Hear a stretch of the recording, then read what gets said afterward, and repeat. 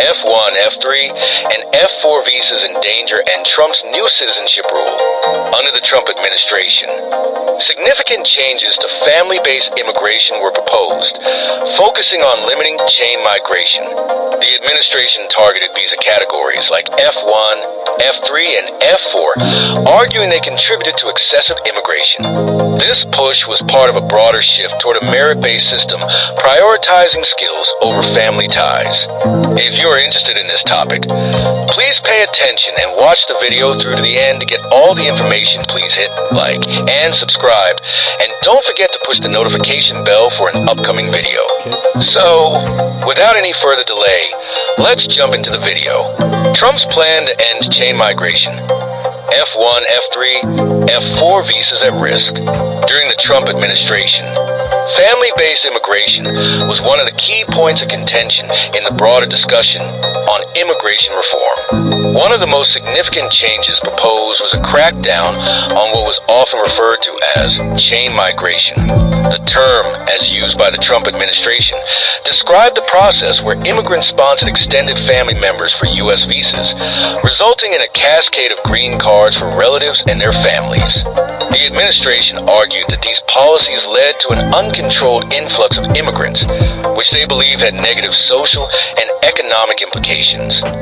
As part of this agenda, several family-based visa categories, specifically F1, F3, and F4 were at risk of being eliminated or severely restricted. F1 visa, unmarried sons and daughters of U.S. citizens. The F1 category allows U.S. citizens to sponsor their unmarried sons or daughters who are 21 years of age or older. This process, which can eventually lead to permanent residency and U.S. citizenship, was seen as a key part of family reunification. However, under the Trump administration's proposed reforms, this category came under heavy scrutiny due to its association with chain migration. Critics argued that the F1 visa could initiate a chain reaction of sponsorships.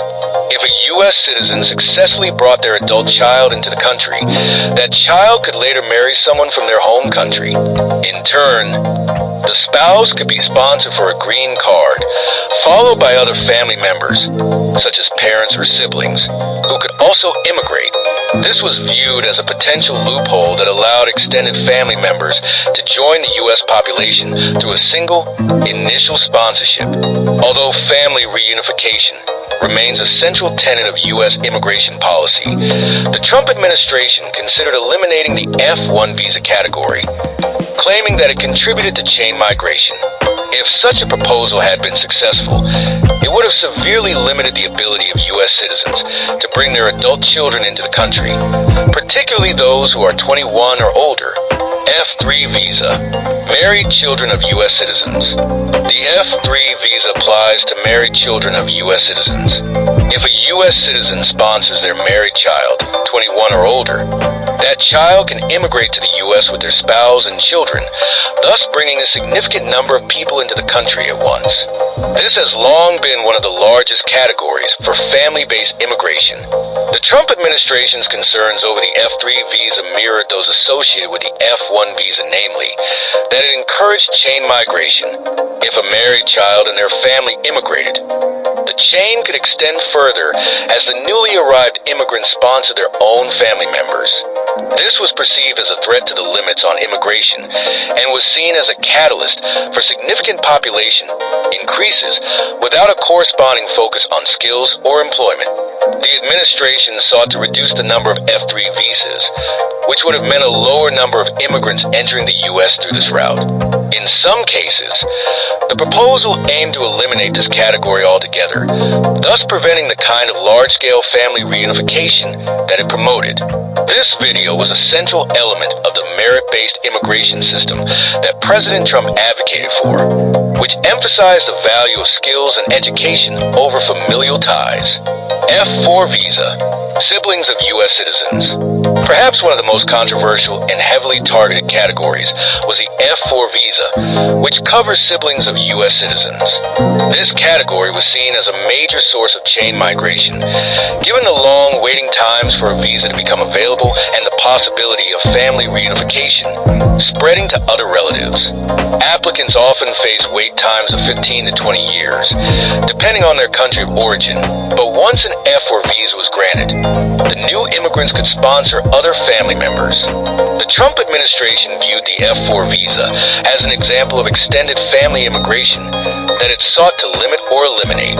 It was often cited as a loophole where one immigrant could eventually sponsor numerous relatives, contributing to a substantial increase in the number of green cards issued. The family member who immigrated might eventually be able to sponsor their own children, siblings, and parents, perpetuating a cycle of immigration that critics labeled chain migration. Eliminating the F4 visa was a major part of Trump's efforts to curtail family-based immigration and shift the focus to employment-based immigration. While the administration sought to restrict the number of family-based visas, it simultaneously worked to increase the number of visas available for individuals with specific skills or job offers in the U.S., arguing that this would benefit the economy. Shift to merit-based immigration.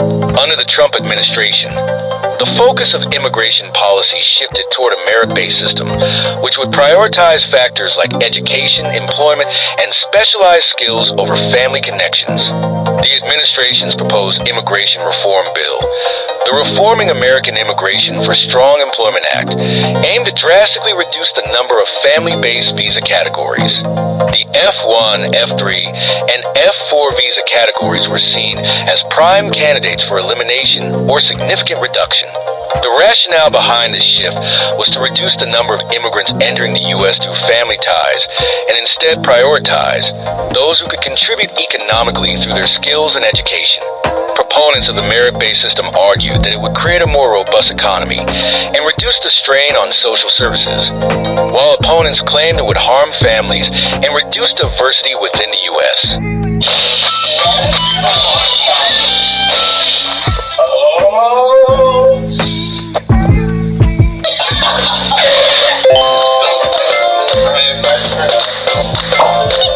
The JWMI MBA program allows so much flexibility.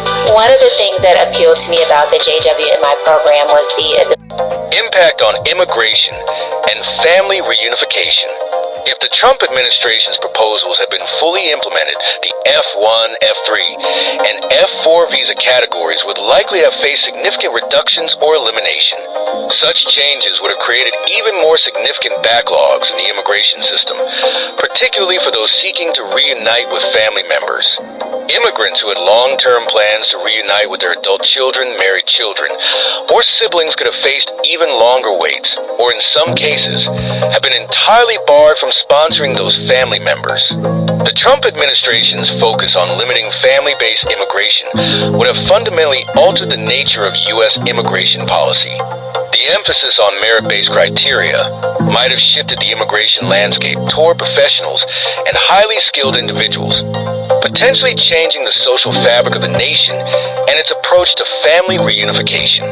While the future of these visa categories remains uncertain, the discussions during the Trump years left a lasting impact on how family-based immigration is viewed and debated in the U.S.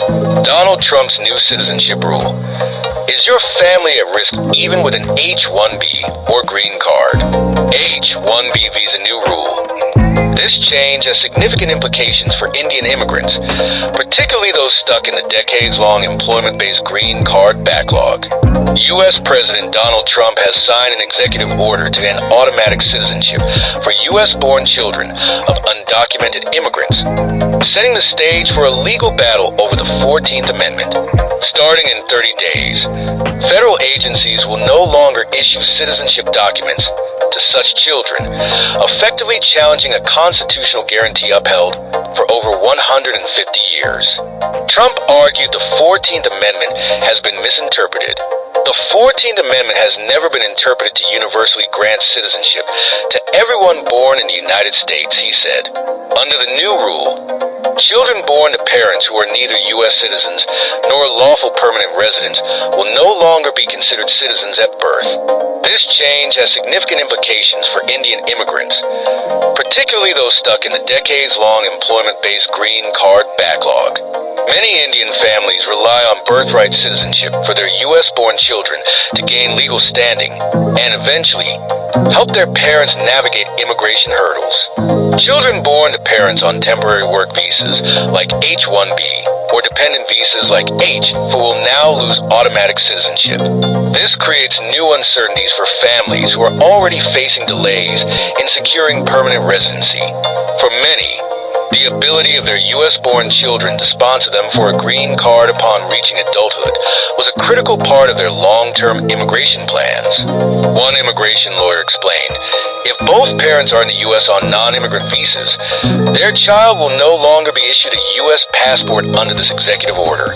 It's a ripple effect that will disrupt lives, especially for families caught in long backlogs. For Indian couples on non-immigrant visas, the impact is immediate. Birthright citizenship often served as a safety net for children, giving families some stability as they waited for permanent residency. Now, families will need to reassess their immigration strategies and face the possibility of returning to India when their visas expire. Legal experts widely believe the order will face significant challenges in court. Greg Siskind, co-founder of immigration law firm Siskind Susser, called the order stunningly unconstitutional. He explained that the 14th Amendment's phrase, subject to the jurisdiction thereof, has consistently been interpreted to include nearly all individuals born on U.S. soil, except children of diplomats or enemy occupiers. The fight over Trump's executive order is likely to head to the Supreme Court, where the conservative-leaning bench will play a decisive role. For now, Indian families and millions of others await clarity on what this dramatic shift means for their futures. The Trump administration's proposed changes to family-based immigration sparked debate about balancing family reunification with economic priorities. As legal challenges unfold,